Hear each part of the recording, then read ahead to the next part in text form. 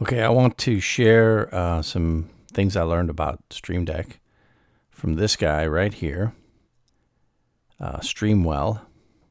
I don't remember what his name is, but he tells you what his name is in the beginning. And he has an amazing way of setting up the Stream Deck. So I have the same product right here. It's 32 buttons. And what you see here on the screen is exactly how it looks down on the physical Stream Deck. And each one of these becomes a navigation to another page. So right now, this is all set up for Chief Architect on button 1. Button 2 is some more Chief Architect that I have space to include. And then I'm just going to go through all the buttons. 3, this looks like AutoCAD.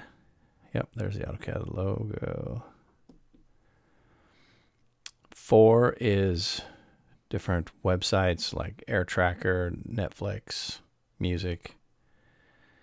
5 is productivity.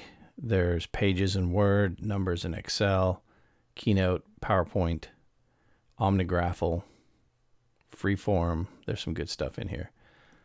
6 is the Adobe Suite and all the imagery and video processing that I can do. 7 is SketchUp, and I really wish I had better icons for SketchUp, but these are the letter codes that would be keyboard shortcuts, and so you just get used to those.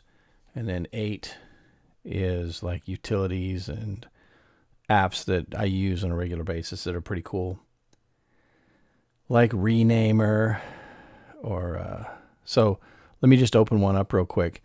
Let's say I want to use Build Calc right here to do some calculations. I just push that on the Stream Deck and then it just opens up and there's the calculator. Or if I need terminal, I just watched this in a video and that's why and he typed in network quality, enter, and it starts doing a speed test. So that's pretty cool. Terminate. All right. So yeah, watch this guy, StreamWell.